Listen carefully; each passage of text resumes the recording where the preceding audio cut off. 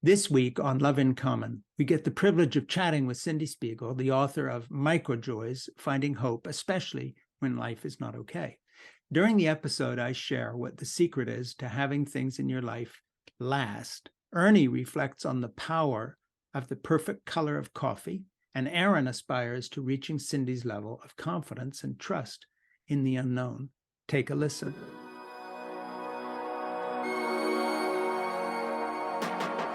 We live in a world driven by deadlines, paychecks, and political division, but what happens during those moments in between? It's those small slices of exchange that make up a life. Moments with neighbors, partners, kids, and caregivers. Coming to the table with three very different life experiences, we are meeting each other where we are at. And asking the big questions about how to survive and thrive in those moments in between. I'm Frank Schaefer. I'm Ernie Gregg. And I'm Erin Bagwell. This is Love in Common.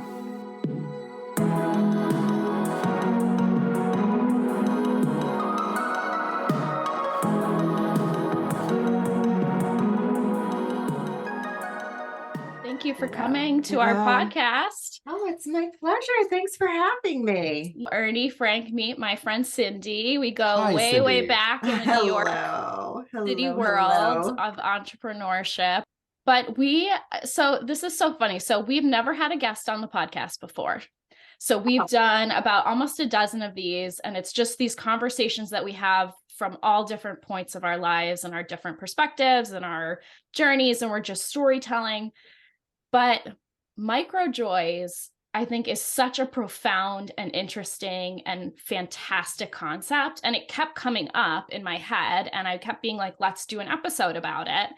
And I feel so excited that we get to talk to the Microjoys originator herself, the author of the book, and this fabulous concept. And I want to read actually a little section of your book to you. Is that okay? Yeah, I'd love that. Okay. You say, unlike our culture of instant, relentless, toxic positivity, Microjoys require practice, awareness, and focus to take root. In fact, it was during the most difficult time in my own adult life that I discovered the revolutionary practice of observing microjoys. They helped me to restore my own relationship with hope and joy once again.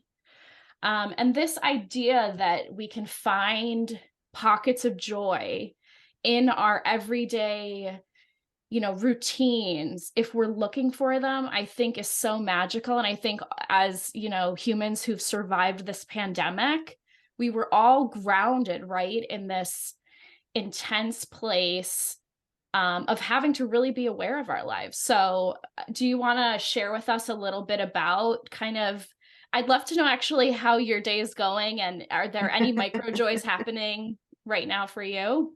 Yeah, look at this light coming through the window. That's pretty special. Having the opportunity to sit here with you all, that's a microjoy.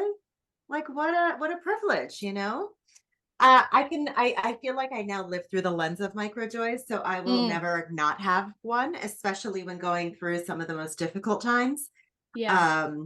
I feel like anything that's not that is there's nothing to complain about. There's good to be found, even now when things are difficult. Though I'm certainly not wanting to call back in that experience in 2020 and 2021. The one thing I want to just say about Microjoys is I think as much as I'd love to say I created this, I didn't. It's just a name that I call the sort of being able to hone the ability to access joy despite everything else that's happening. Mm-hmm. So I think it's very easy to look at the word and assume it just means small things that you find throughout the day, like small joyful things. And to me, it's much larger than that. And there's a lot more depth to it, right? Because Microjoys really ask that we shift our mindset to one that allows us to receive even when we have nothing left to offer. So sometimes in that receiving, right, it's not about a tiny thing that we see. It's about having the ability to access a memory. It's about being able to call on a friend to sit next to you. It is, yes, seeing a rainbow outside of your window. But it really is, the most important part of it to me is finding joy despite all else. Life is going to happen. It's about having the ability to access joy at the same time as we're accessing grief, and not trying to separate the two, which is often the conversation around joy. And then we feel badly when we're in this place, we feel badly because we want to be positive, whatever that means to whomever is hearing this. And what I've learned is that we can't punish ourselves for going through what we are going through as part of our own human experience. And so I would hate for anyone to feel badly about grieving or feeling sad. It's like this book to me is about really holding both things at the same time, and having a conversation about that. It's interesting because what you just said fits very much with the discussion that Aaron and Ernie and I have had in relation to a loss Ernie had earlier. And we've been talking about the subject of grieving a lot. And you have just put into words something that we had talked about for a couple of hours in this podcast, which was getting away from this idea, which, by the way, I love the way you put toxic positivity, of having to just get over something and move forward. And we were talking about the fact, no, you don't get over anything and move forward. What you do is hold those two ideas at the same time. And you talk a lot about paradox in your book, which also happens to be something that is very much on our radar and we talk about all the time. So I love this. And I would like you to talk to us a little bit about how you connect these ideas of holding these two parts of our lives together, and that itself being paradoxical, and paradox not seen as a way station between two certainties, but actually the way things are in themselves. Paradox is the way things are. It isn't a way station.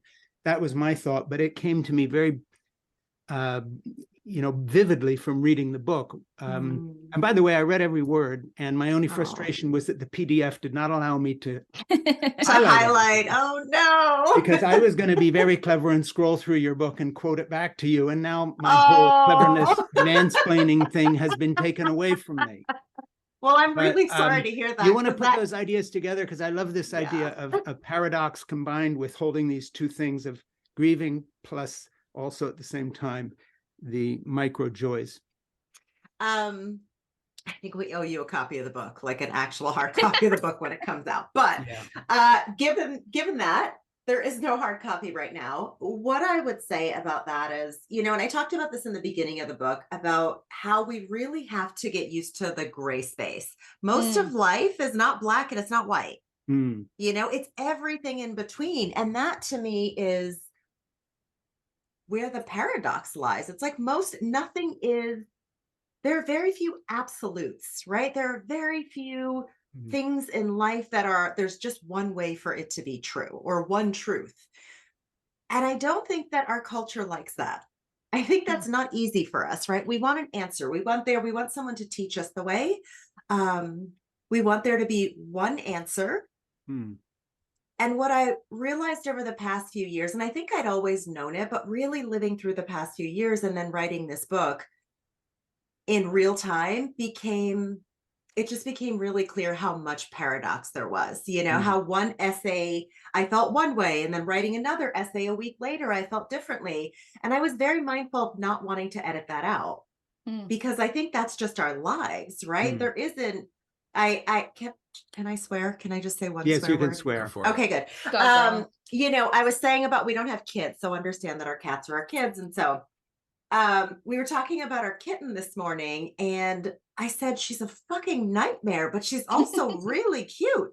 It's like both things can be true. Like, she's absolutely a nightmare and she's cute. Some people might say the same about their children, who are also very cute, but can be difficult. And I just think if we can find a lightness to things when we hold both things, when we hold all things. I almost don't want to say both, because it sounds like they're in opposition. It's all things. We just leave room for all things. And when I do that, it allows me to move through my own life with a bit more lightness and a lot more grace, because I'm not expecting one thing to be true. I'm like, no, that's true. And so is this. I'm going to add one thing. I'm going to add one thing and then I'm going to quit pretending I'm a host and just be the conversation here. For people who are listening to this podcast, I need to tell you something. You probably haven't read Cyndie's book, Microjoys, yet. And I hope that's ahead of you. But when Cyndie's talking about this paradox of finding these moments of joy in life alongside grieving, you need to know that the context of this is her being diagnosed with breast cancer, a mother who passed away, a murder of a close relative, and a number of other things. And I only add that because I just want people to understand, as they hear this whole conversation, that the context of you talking about finding microjoy within life as we grieve is not some theoretical idea to you. I hope you don't mind me setting it up that way. No, please. I think that's really helpful to hear. And it's interesting you say that, because I think a big part of writing this book for me, I wrote a book in 2018 called A Year of Positive Thinking. And when 2020 happened, and that book has sold hundreds of thousands of copies. Yeah, there it is. Very cute. It's square. It's fun. It's all things good about the world. And when 2020 happened, I could not lean into anything I said in that book. Not because it wasn't true. Everything in that book is true. It's beautiful. But to me, Microjoys is the evolution of that, right? A year of positive thinking is like, I want to change my mindset and I want to have things that I can lean into every day. But when the shit hits the fan, I knew that that wasn't what I could lean into. I couldn't be in that space. And then I felt guilty because I couldn't be in that space, because here I am, I've written this book about it. And so shouldn't I be able to lean into everything that I shared with others? And the truth was I couldn't. And it was nobody planned on a global plague either. Correct. Yeah. And, right? And that's the other piece of it, right? Is all of this happened during a pandemic. You mentioned, Frank, that my nephew was murdered. He was 32 at the time, and we could have 10 people at his service. My own husband couldn't go to my nephew's service because we needed for my brother, whose dad, that was his dad. All of it, just everything about that time. I think obviously we couldn't have forecasted it, but it was so much worse than anything I'd ever experienced as an adult. And the pithiness and the, well-meaning quotes and things, they were not going to cut it when the shit hit the fan, and at that point, I just remember feeling like I didn't know who I was anymore, because I walked through life being a fairly positive person, sarcastic, but positive, and I couldn't do it. And so it really sort of, all of the things that you mentioned happened in a 10-month span of time. Yeah. We were in a global pandemic. Crazy. My nephew was killed. My mom passed away. My 49-year-old brother went into cardiac arrest and spent 2 months in the ICU. He came home. I was diagnosed with breast cancer. It was one thing after the other. And that sort of compound loss is not uncommon. Yes. So there are moments in our lives, and I certainly don't wish this on anyone, but what I've come to learn is that it's not uncommon, where we go through these things and it feels like it just keeps raining down on us. And so for me, as I move through each day, I was formulating different ideas and different thoughts around it. And with perspective, I realized that there needed to be a lot more depth and a lot more nuance to how I walk through the rest of my life. Can I ask you a question? And then I know that I've been talking. Ernie, you have to tell me to shut up and get in here and say, Aaron, I'm so sorry, but it's just having literally got up at 3 a.m. and then I read the whole book in one piece. Oh my goodness. So I've been so primed for our, you already profane for our fucking discussion, and then they told me you have a hard out at 1:15 and I'm getting my questions in, even if it looks like I'm being an asshole. Sorry. I'm giving him the space. Frank, we appreciate you. I have to just say one thing, and that is, I was so interested as a writer of you saying, well, I wrote this in my last book, but now I have learned something new. People ask me, because I've been writing now for almost 40 years, and people will say to me, they'll quote something back, a book that's 30 years old, and they will say, and basically I'm not being facetious when I say, well, I meant it at the time. Correct. But I'm 70 now. I'm not the young dad that wrote this book 30 years ago. And so I was so interested to see you, even between two books, as far as months and days go, are fairly close together. Yeah. Having said that, and I just liked the rest of your book so much better because you had mentioned that in your introductory remarks. And I thought, I kind of trust this person now, because I'm seeing something that off my own experience I know is true. And she's saying it right up front. So, okay, I'm really ready to listen to the rest of this. I like that so much. Thank you. Thank you for saying that. You know, part of that gray space that I mentioned, I think, is about evolution and giving people, not just ourselves, but giving others the opportunity to evolve. Right, exactly. You know, we have a culture right now that wants to call everyone on their shit, and there's only one way, and you said this thing in 1987, and those things may be true, but I do think that we all have to show each other enough grace to allow us to evolve. Yes. And I think when you do anything that's permanent, right? Any sort of art, whether it's film or, you know, you have a podcast or you write, once those things are out in the world, you can't take them back. Yeah. All you can do is stand in them and stand for them and say exactly what you said was, I meant it at the time. Yeah.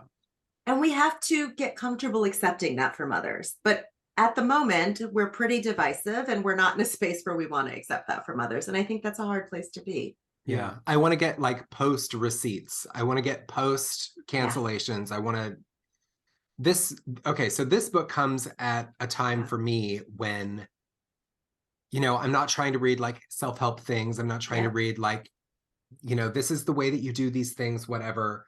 But looking at the last 3 years, I was 42 when we went into a global meltdown.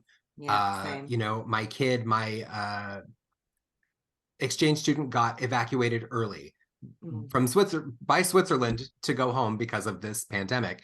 1.5 years of lockdown, losing 15 people, coming out of that, hosting again with a, you know, a school situation that wasn't ideal. Losing my 2 best friends of 28 years within 3 months of each other. Let me tell you that the first time I started crying when I was reading this book was when you talked about coffee, the exact color that you like it. Talk about a microjoy. Oh my God. Talk about just like owning the space to just say, no, please give me the cup of coffee that I want to drink. It's the one thing that I'm going to have today. Let me please just get this one thing. And, you know, it was your friends noticing that that is exactly what you needed. And that was all you needed to put you to rights. And, you know, to make these connections again with people, for people to see you, to get through this thing. I've accepted that I'm firmly in middle age now. You know, and so I have had just body blows for the last couple of years. And so to hold those things, you know, it's not 2 things in 2 different hands. It really is one thing that I'm holding with both hands. It's all of it. So I'm so grateful that you put a name to just allowing the grief, allowing this mourning, allowing this beautiful morning, your rainbow coming in through your window, all of it. Take it all in. Take it all. So thank you, Cyndie. You. No, thank you for sharing that. I am sorry for what you've gone through. Thank you. It's just garbage. Like, there's no 2 ways about it. It's just garbage and it's shitty, and I'm sorry.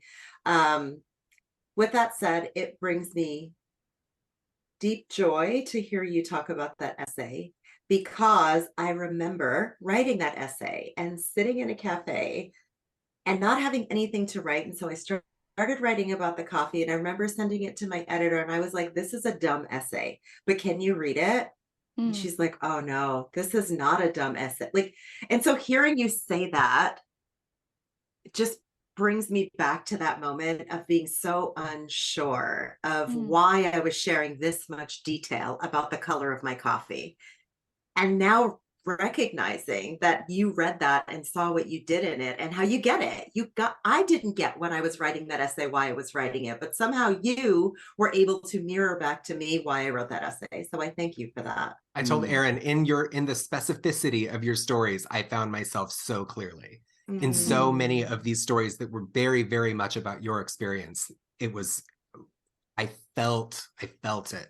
So thank you for naming the coffee. I know, but you know, well, the interesting thing, again, you know, speaking to what Frank talked about earlier in evolution, I can't have dairy anymore, you know, middle age, since writing that book. I wrote so much about dairy in this book, and I can't even have dairy anymore.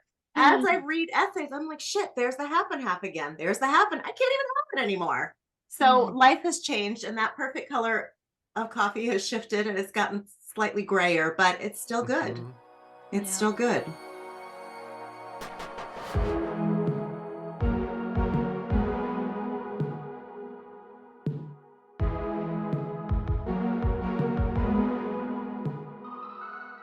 I felt the same about the white walls. By the way, if you see my studio behind me, you'll notice. And my only quibble with you, maybe in the whole book, was you didn't have to apologize to people with off-white walls and beige walls and say, still invite me for dinner. I think that's a function of our cancel culture. You didn't want to be canceled by the beige wall people.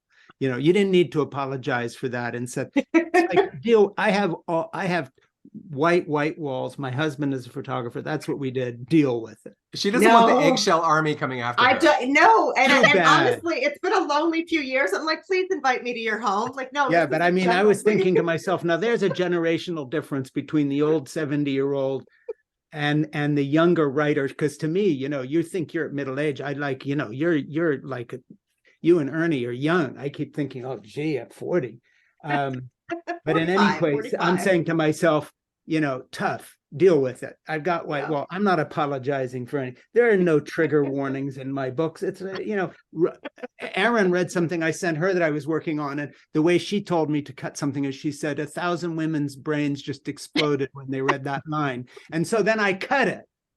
But I didn't leave it in and then apologize. Right. So talk to me about the generational divide of, like, you feel you need to apologize, set things up. Yeah. So let me be clear that I was not apologizing for my white walls. I was apologizing to the people who might be offended by my hating beige walls. Yeah, see, but there's where you it was for them. And that's okay, right? Differing is good. We don't all want to have the same opinions. I know. I don't know how many people are going to see this, but I wish you would see Frank right now with his arms crossed. He's clearly very angry about that comment. And I'm not going to play. I said it. I'm sorry to my friends who are, I don't want to hurt their feelings. Yeah. Cyndie, I like that you're apologizing for the apology. For the apology, in the book. Exactly. Yeah, this is just going to go down a terrible rabbit hole. I'm done. You also had, but I will say, you also had colorful statement walls and floral wallpapers. Correct. As well. So yeah, all of it at once. There's walls for everybody here. Okay, I have no beige walls. I have a question. I have a question for Cyndie. Okay. Cyndie, so one of the things, and I wrote this in my review of the book, was I feel like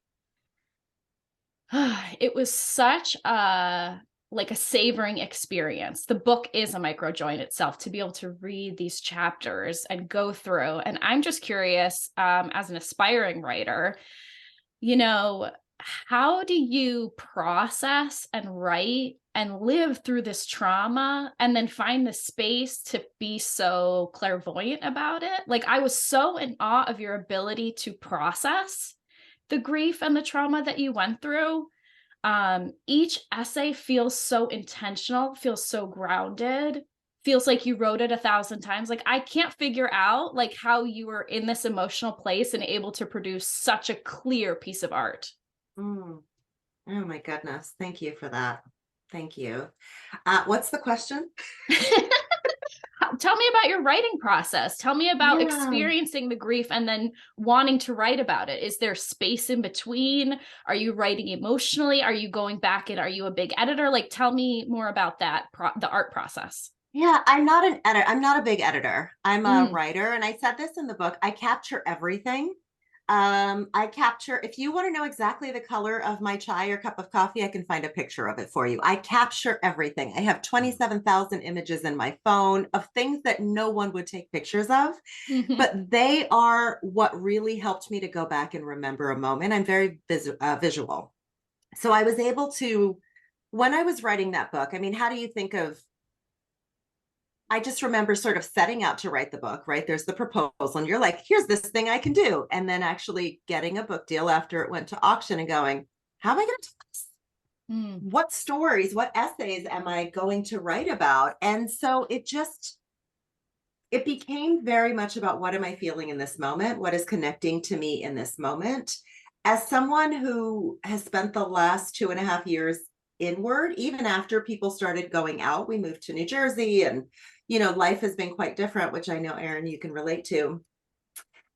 I had a lot of time to think, and I had a lot of time to process, but that doesn't mean I'm over anything, right? That just means that each of these essays were not highly edited. They went through the editing process, of course, but they were not highly edited, in that I would sit down and I would write all of my thoughts down. I would send them over to my editor to sort of grammatically make things right, to change a word here or there, but they are as they were originally written for the most part. And I think it was just having the space to sit and write, and the quiet to sit and write, and also the physical space. I talked about living in New York City, where there's constant noise all the time. I don't know of another time in my life that I've ever had such quiet as I have over these past few years. Like being able to sit in this wide open space and just look at my cats, or look at a plant, or just do nothing. And having that space has allowed me to write anything that comes to mind. And that's what I did. But particularly the story about crying in New York, it's a thing. Oh, yeah. Ask any New Yorker. Yeah. I had actually talked to my friend who lived in New York about that. And he mentioned that before I read the book, about walking around crying. And I'm like, well, isn't there anywhere you can go? And he's like, it costs money to be alone in New York. Yeah, no. You just ignore. You're just going to cry. Correct. You cry. You might put on glasses if you have them available. And generally we all notice, but we just look away. It's like, it does. It costs money, right? So it's like, just leave the person alone. They're in their stuff. Every now and again, you slip them a tissue if it doesn't stop, but otherwise you just stay in your bubble. Yeah. Giving people privacy in a public place. Yeah. But here I have the privacy in a private place, which, I didn't always have. And when you have that, it allows you to think differently and see the world differently with a lot more perspective. Hey, let me jump in with something that's going to change the subject slightly. Let me tell you a little bit about this podcast and its genesis, because having read your book, really made me kind of look at what we're doing on this podcast from the Microjoys point of view. And it's a much better fit than it should be, in the sense that, we're not really interviewing you here. We're including you in this conversation because, let me give you the shortest version possible, but I think it'll spark something. I'm a writer. I've had my ups and downs, some bestsellers, some books that have tanked.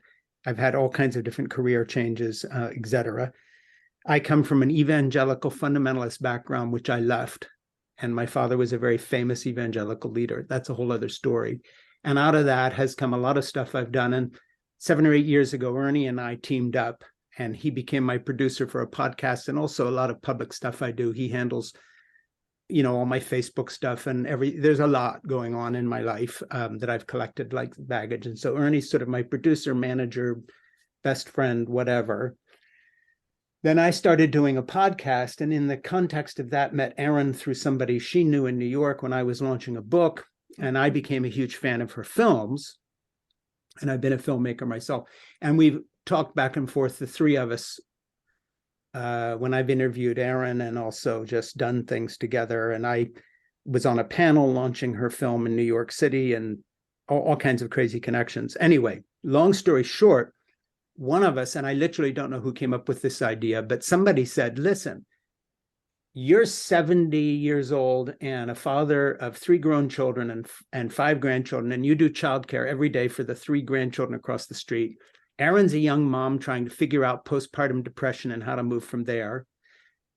Ernie is a gay man married to Rock, who's a pastor in a progressive church. You guys have 3 points of view and 3 life experiences that are really different, but you all agree on one thing. And I'm not being cute here. You all believe in microjoys and in finding connection through relationships wherever you find them. And so we've been doing this relatively new podcast. I guess we recorded 10 or 12, 15 hours or so. We're trusting Erin with editing it because she's a wonderful storyteller, filmmaker. We totally trust her. So she's our producer and boss. Erin's the boss. We're all sort of equal guests in this. And I just think the fit with your view of life, forget the book for a minute, but the way you see life is exactly the way it's the same intersection that a middle-aged gay guy, an old white male who grew up in a fundamentalist cult, basically, and left it, a young mom who experienced postpartum and is fighting the everyday thing of like, hey, I finally got a babysitter from my husband doing this so we can do another podcast, that part of her life. She's in the striving, how do you fit it together part of life.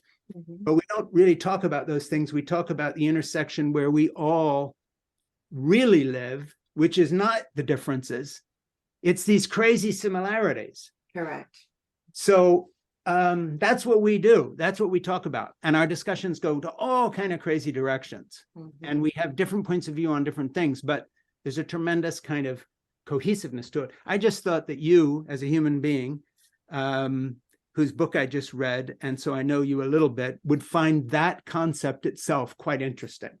I do. And thank you for inviting me into your conversation. Yeah. For anyone who can't see me, I'm a Black Jew. I'm a biracial Black Jew. So somehow, bonus, you got more of a perspective. Yes. I have found in a lot of the work that I do around community overall, and also being who I am in the world and growing up how I did. Yeah. We are often more alike than we are different. There are many things about, if you look at the screen, there are many things about us that are physically different. Right. But I think at the core of most human beings, there are a lot of commonalities. And I think of, we all want to be seen, right? We all want to be loved. We all want to be seen. Like, you can say no, but I do believe that that is true of all of us, or most of us. And I think the more that we can perceive the world looking for connection, the less likely we are to separate ourselves from others and their experience, and the less likely we are to other people that are different than us. So when I walk through the world, there's a certain assumption that most people I come in contact with are going to have some similarity to me, regardless of what they look like. Whether they are living in a home or they're not living in a home, whether they work at the cafe or they don't work at the cafe, whether you own, a company or you don't. Like, I just assume that we are more similar than not. And what that has allowed me to do is be comfortable in rooms that I'm not sure I should be comfortable in. Where outwardly it's like, what the hell is she doing there? How is she having that conversation? But the truth is, I just assume that we're more alike than not. And so there's a certain comfort and familiarity that I feel with perfect strangers. And I think that that mindset has allowed me to connect to people very easily, and has allowed me to move through the world in a way that is accepting of most things. I loved that essay you wrote about your neighbor. Leonard, yep, he was homeless, is that correct? Or he was kind of living in a he had his stuff in the storage unit, was kind of meandering. It was so interesting because I loved that essay for so many reasons. When I was a new mom in Brooklyn, I remember just like feeling like a ghost walking the streets, like the same streets every day, all day. And seeing homeless people and like feeling a real connection to them, because we're just among the like we're just living in the streets of New York, and I'm just seeing the same people over and over again. And I found like a real attachment to people who are just in the neighborhood, which I think as New Yorkers you do. But I also loved, I'm a little bit more standoffish, I think, in my openness to strangers, of like wanting to talk to them or wanting to know Leonard's story. And I thought, what a gorgeous gift to really think about, like, it's okay to talk to a stranger. Because I feel like we're so conditioned, to stay in our lane and don't talk to your neighbors, and be, I think especially also as women, like, is it safe? I that's a layer that goes through my brain, can I have this conversation? But to just like really enjoy the essay, the conversation, the story, it's like, oh yeah, like we can loosen it up a little. It's okay. I loved that. Thank you.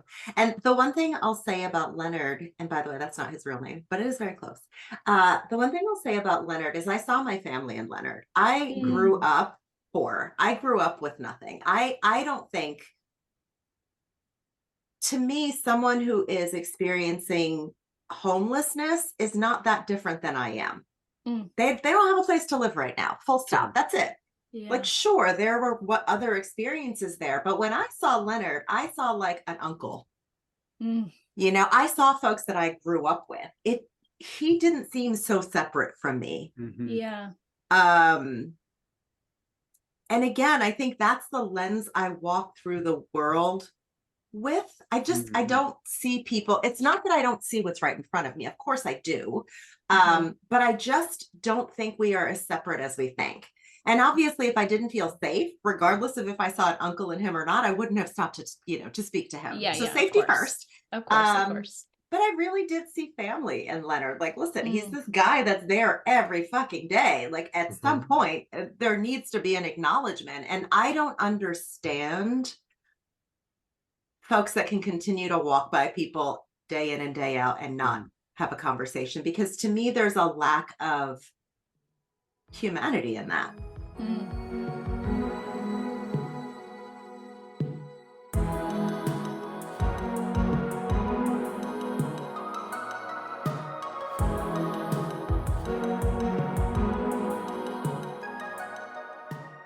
Can I ask you a question? Yep. Just on because you brought this up about he could have been an uncle, and then I have a very similar story about somebody I struck up a friendship with who was homeless and was always begging from me on the Upper West Side when I was living there. But if I forget to come back to that, maybe Ernie or Aaron will remind me to tell my little story because it fits well with yours. But I have a question first. Something I haven't read your other book because I only got this one, and I went online, looked it through because I was so curious to see what you had grown beyond. So I thought, okay, I'm going to check this out. But I guess what I wanted to do is ask you more about your family, because you say you're Jewish and Black. I'm presuming your mom was Jewish. Yes. And you describe your father as a kind of a hard-driving, hard-drinking guy. Please forgive me if I'm putting words in your mouth. This is why I wish I could have highlighted the book. But sort of working guy, et cetera, et cetera. I want to know their story a little bit. Because now I'm interested in you, and I'm interested in where you come from. And by the way, I'm a memoirist, and I've written my story, and I'm always a kind of I'll say anything. So I delve in on family stuff and religion and beliefs in ways that are uncool and intrusive. So I'm being very intrusive. I want to know how your Jewish mama hooked up with this guy. I want to know all about it. I want the gory details to the extent that you'll give me the story. Yeah. First of all, I love talking about my family. I mean, as you can see in the book, I'll take any opportunity to talk about my mom. Yes, but also my dad. You know, my dad, what the hell does that mean? I saw that. I did talk about her a lot in the book, didn't I? Much more than you talked about him. Yeah, well, it's interesting because what I was just going to say about that was my dad. If you think about when I wrote this book, my mom had just passed away 9 months before I started writing this book. My dad passed away when I was 28. So there's been a lot more distance. Yes. And there's this great graphic, and I'm going to come back to talking about my family, but there's a great graphic that I saw that is very resonant right now. And it's a graphic that shows a black hole of grief. And it says, this is your grief. And then there's a name for this, and I don't know it, but it's a circle and it says, this is your grief. And then there's a circle around it and says, this is your life. And essentially the outside, the life piece gets bigger and bigger and bigger. The hole in the center, which is your grief, doesn't get smaller. It stays the same, but your life grows around it. And I think about that when you mention that I talk about my mom a lot more than I talk about my dad. It's not because my dad didn't matter. It's just so much of life has happened since he passed away. You know, where for my mom, it was still so new. It's still right now so new. My mom grew up in a middle-class Jewish household, second generation, and it was absolutely not okay that she was dating somebody who was Black, was dating somebody who was poor. It was absolutely not okay. I actually don't know much of my mom's family. What kind of Jewish household? I mean, we're talking a range from Orthodox all the way through Reform and more secular. Who were they? Yeah. Well, I couldn't tell you too much about them because I don't know them, Frank. I literally know my grandparents, a little bit about my aunt, and that's it. because we didn't grow up with them. And my grandparents died by the time I was 8 years old. So the access that I had to my mom's family is very little, very little. Like we celebrated high holidays together, and my mom was left with all the silver that we would celebrate Passover with, but there's so little for me to dig into. And at some point that'll be another book. Like, do you still do any of that? Did any of that survive into your adult chosen life? Any of what? Any of the Jewish tradition of celebrating anything or doing Yeah. So I put up a pink Christmas tree and I light a menorah, because I'm like, this is not my holiday anyway. So if I'm going to have a tree, it's going to be pink, but I will light a menorah. I actually am hoping to get to Israel this year and to Africa next year, because, at this point in my life, I want to, like, as you ask me these questions, I'm like, I can tell you about my parents, but I can't tell you beyond them. And you've been to India, so you've done that. I have. Yeah, I've been all around the world, but I haven't been to Israel. I haven't been to Africa, and that's where my people are from. And I, particularly after my mom passed away, have felt such a calling to go home, whatever that means, right? Because I think when you lose both of your parents, and I may or may not get emotional, but in losing my mom, I felt a need to find myself in a different way, because I'd already lost my dad, well, he's not lost. Neither is my mom. She's not lost. She's dead. But I have felt this real calling to go back and put those pieces together, because, it wasn't even legal for my parents to be together when they got together. And so the idea that my mom went out with my dad on a dare. He was this country bumpkin who was up north visiting his sister from North Carolina. And, my mom is like a self-described fat Jewish girl from New Jersey who was bribed into going out with my dad. Was bribed? Or it was like a dare. She went out with my dad and they spent the rest of their lives together, on and off.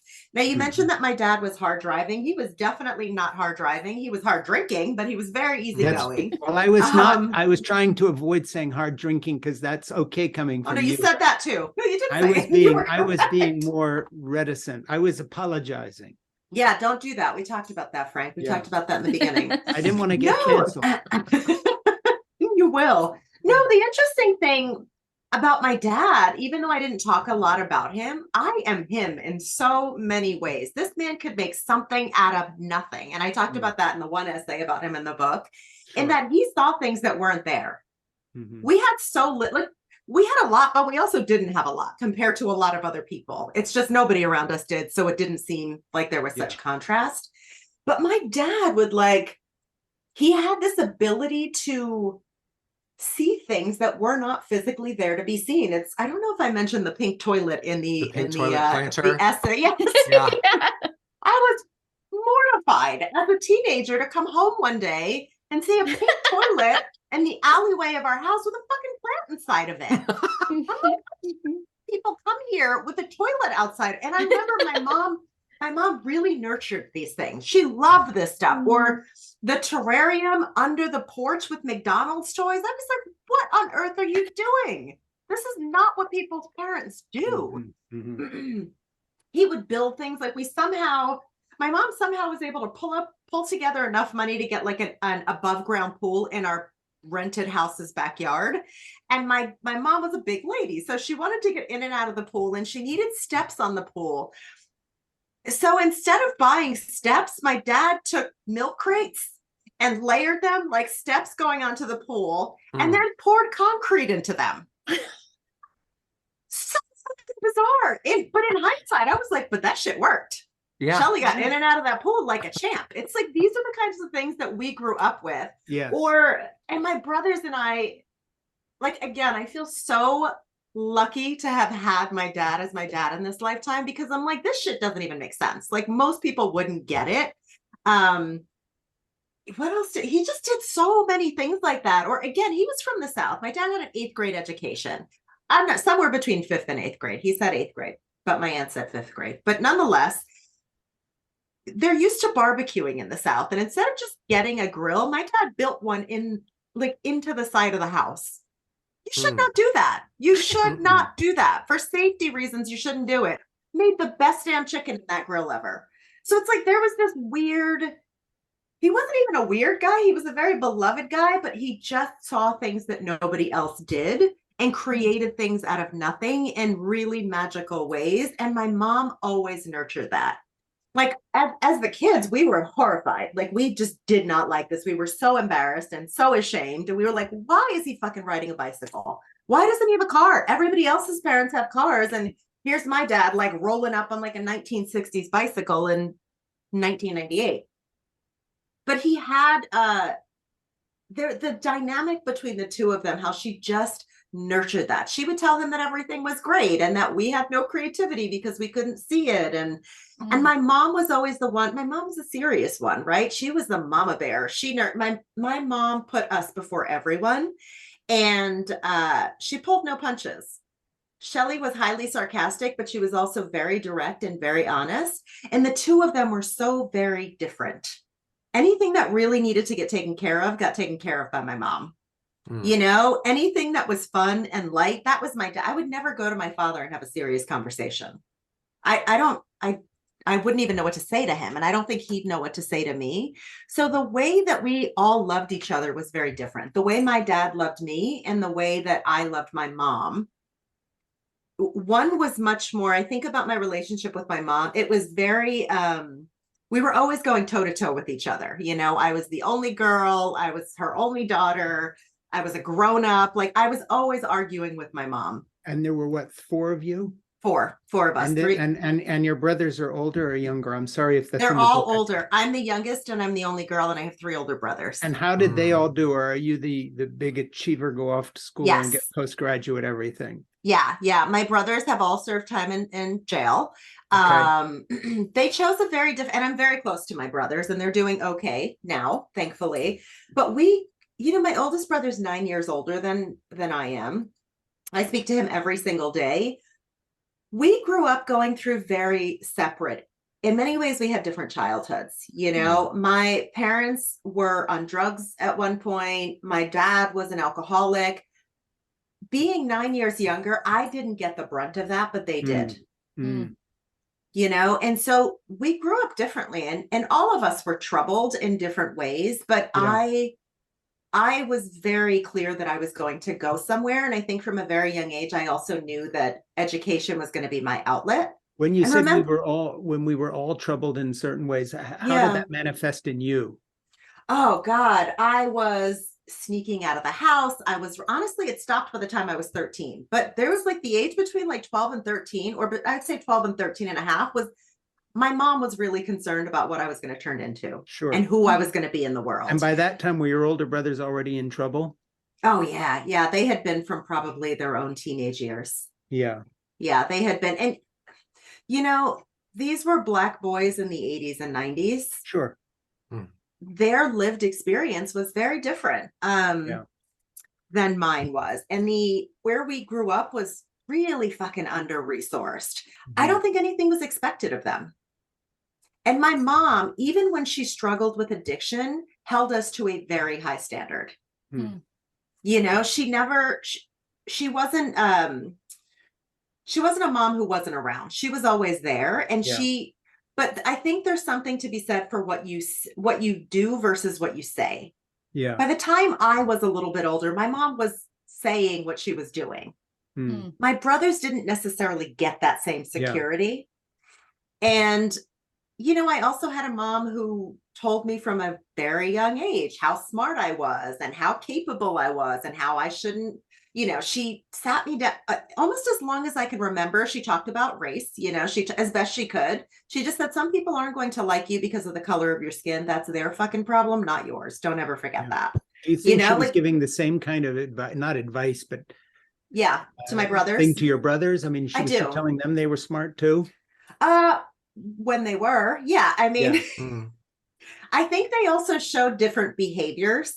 There was, without question, there's a running joke in our house that's like, Cyndie, you know your mommy's favorite. And I would tell my mom. I was just going to ask, are you the favorite? Yeah. Well, apparently, yes. But I would tell my mom, I'm like, Mom, you can just say it. Like at this point, I'm in my 40s. Like everybody knows that I'm the favorite. She's like, that's not true. Everyone is my favorite. Like, why don't we just stop doing one last detailed question, and then I'll bow out here. But it's such an interesting story. Did you find that given the problems your brothers were having, the background you came from, your compunction to strive anyway, that now in looking back in retrospect, as a 40-year-old, Yeah. do you think you wasted some time looking back at overachieving, in the sense that, you've done a lot, fashion industry, and now you're doing this, and you're an organizer, and you're doing all this stuff. At a certain point, have you gotten to the stage of your life, which, by the way, I have, speaking for myself, kind of looking back and saying, what the hell were you trying to prove? And why did you spend so much time seeking either affirmation from other people or doing this one extra thing? Like, from my perspective now, I have to really be pushed to do anything that I don't really feel compelled to do. That wasn't always the case. I went through a big period of striving in various industries, sometimes successfully, sometimes not. But as I look back, I think I was trying to prove I can get beyond that fundamentalist upbringing. And maybe my father's son, but see me for myself. I had other agendas besides what I was sort of doing. And I wonder if, you're such an achiever. I just wonder how you look back now, or if you're still in the midst of the pushing forward to not be in that state of mind at this point, or do you see that because you've made a huge leap out of the background into a completely different kind of a life? I'm curious about that.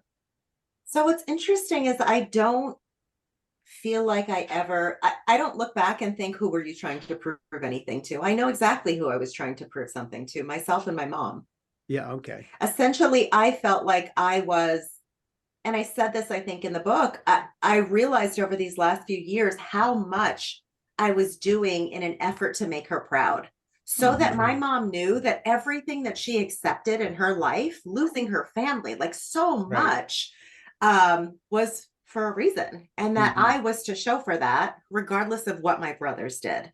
Yes. I needed her to know that some good came out of that.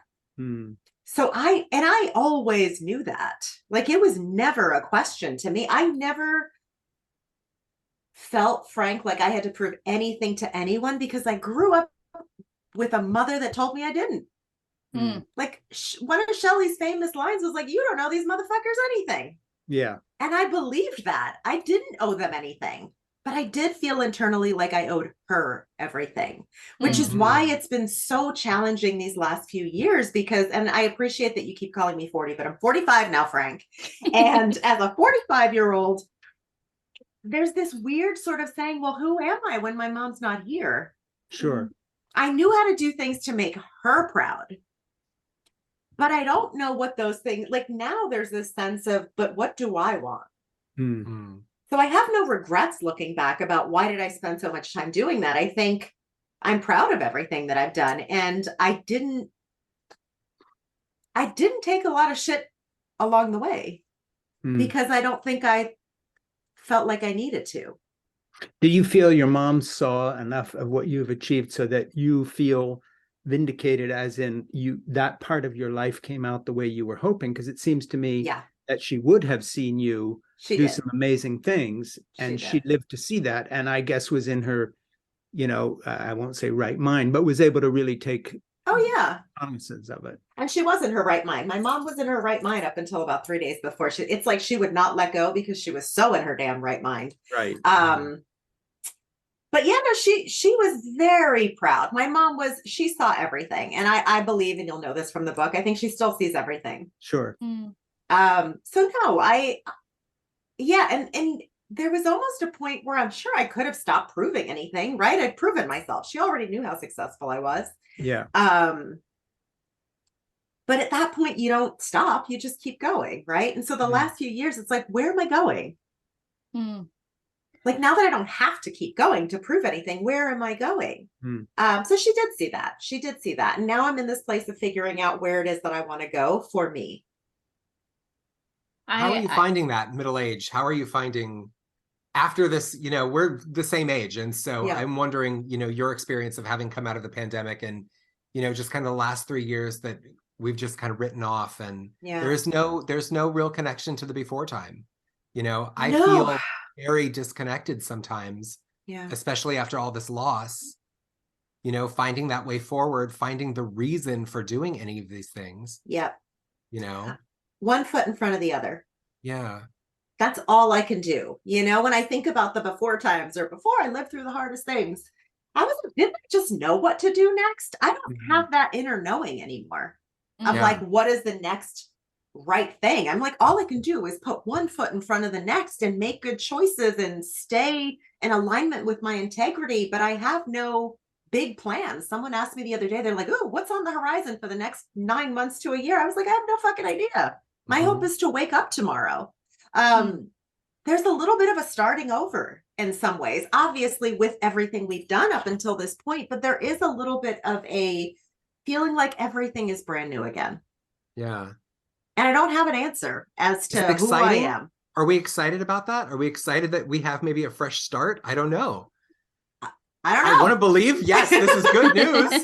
I don't need more bad fucking news. I want to believe this is good. It's good. I think there are moments where it's good and moments where you're like, I really missed knowing who I was. I think it's both things, right? It's all of it. Sometimes it's great and sometimes it's not. I want to read a Cyndie, I hate to cut you off, but I have to read you to you because this is like a perfect quote for this moment in this conversation, Ernie. From page 178, you write, "The ground beneath me has shifted beyond my own comprehension, but in glimpses, I remember who I was, and so I lean in.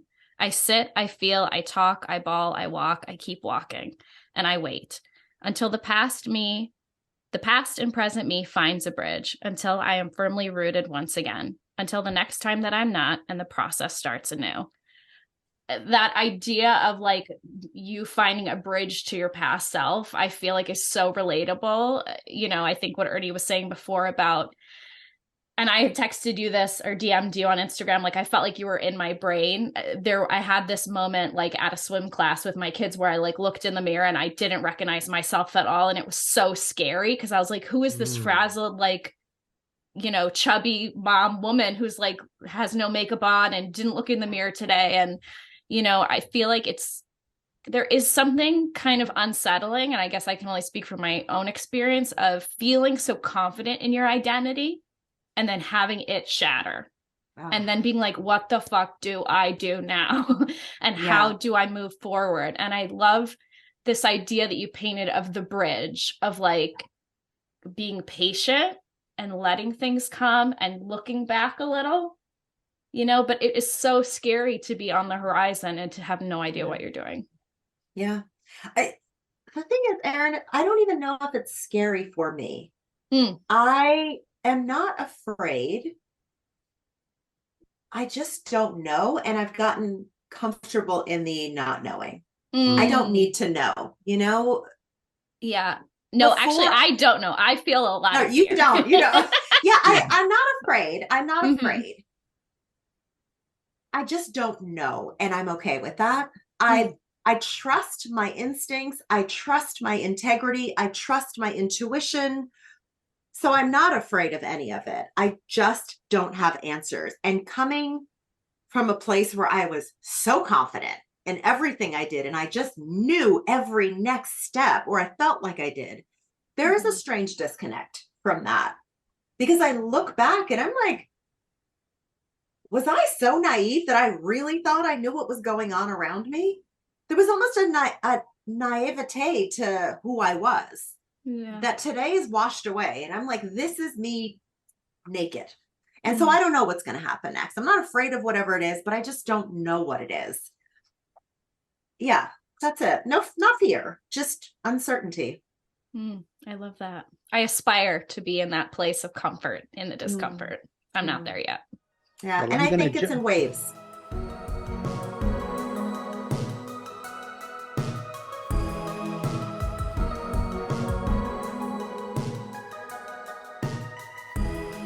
I'm going to jump in for a second here because it brings up something that that I want to share from a different perspective of a little further down the track in terms of age and looking back at these very questions, which I've experienced every facet of what you've just talked about, and also, Erin, at different times. And you know how you were saying that your work in this book was unedited, pretty much raw. You sent it to your editor. A few things changed here and there, but it's pretty much what you wrote.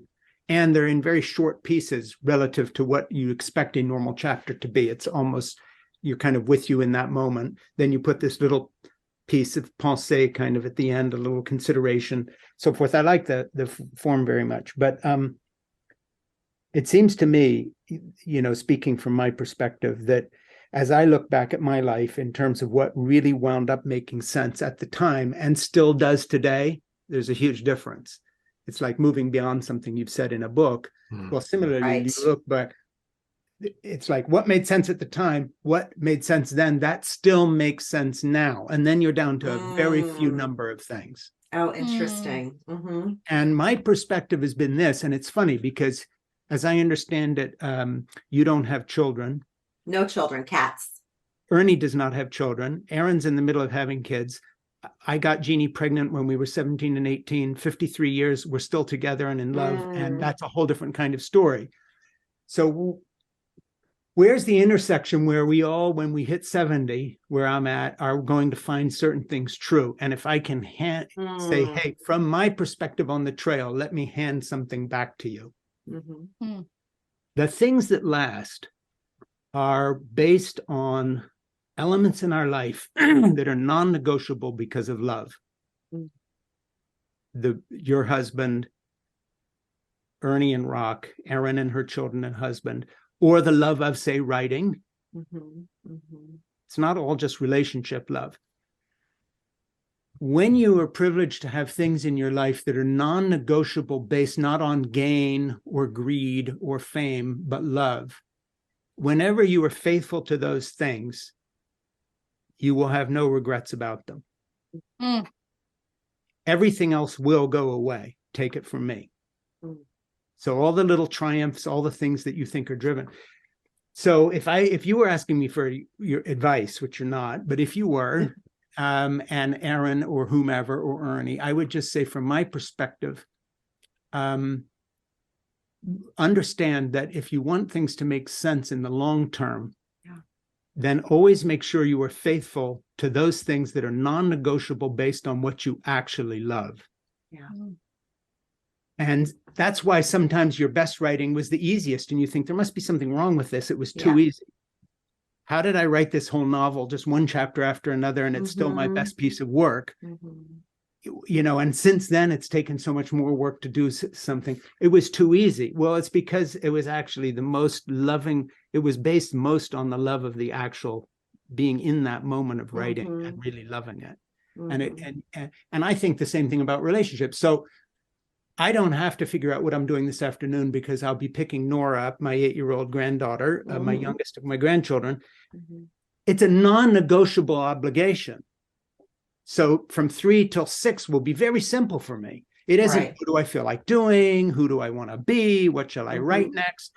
Not, do I feel like doing this? And to your point, Cyndie, not even do I enjoy it all the time, but it's non-negotiable. Right. And so it's very clear to me. I happen to now know from the perspective of a 70-year-old that when I look back on how I spent that part of my afternoon, even if I'm pissed off because I'd rather be doing something else right now, which is not usually the case, I will still be glad I stuck with the non-negotiable love-based obligation. And that's all I would say. And that applies to art or cats or husbands or lovers or writing or filmmaking. Coffee. Hey, no kidding. Your whole thing on going into that store that sells spices is like Pocari's in Boston. I totally love that essay. Yeah, thank you. That's about Sahadi's in Brooklyn. That would be the only thing I would say to everybody present and to myself. And I have to give myself this little talk once in a while in terms of use of time and energy. And that is just stop for a minute. What's the most important thing in this room right now? It's my wife sitting across from me at the breakfast table. That's non-negotiable. That's a whole lifetime. It has nothing to do with what should I do next. This is the non-negotiable, immovable piece without which I am nothing. And if I trade this for any of that, I've fucked myself up to the point of total self-destruction. That would be me. And I feel the same thing about getting up and writing. If I'm writing a project, it has to be about actually loving writing. It can't be about, well, what next step does this door open for me? And I just think that's the most basic thing I've learned about living in 70 years. That's it right there.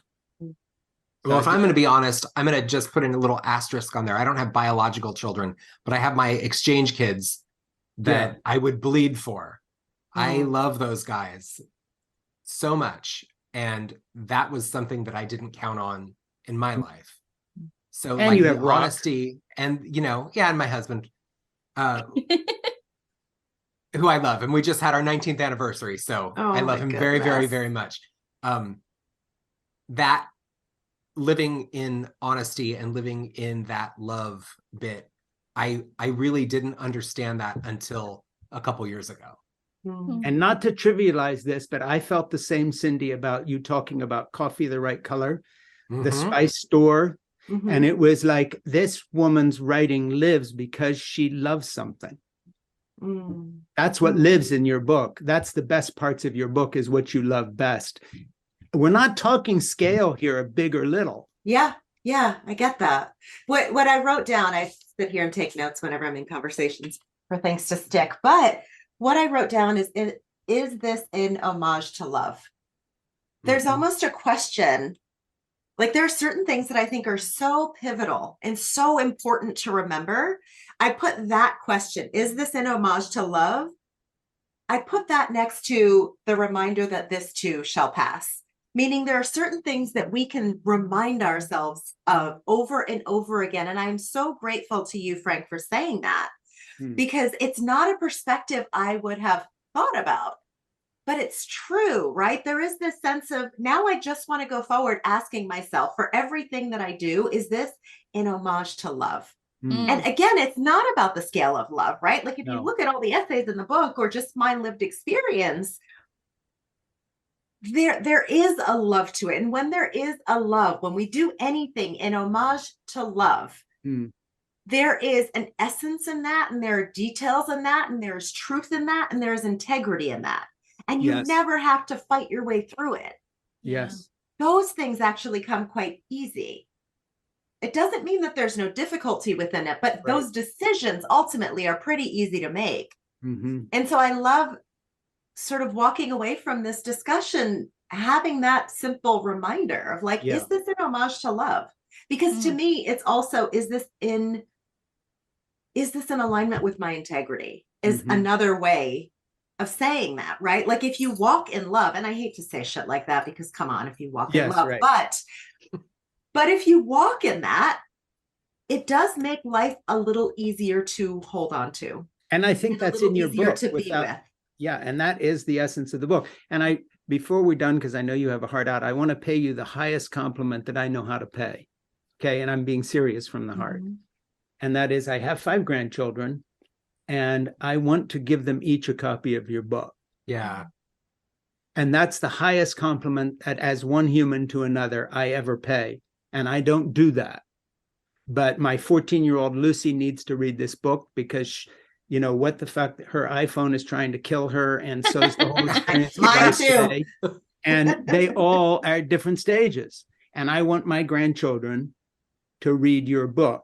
That's the most I can do for a book. That's, if I really care about something, now you're talking to the most basic me. And I really want to share that with you. And I will get them each a copy, and they will read it, God willing.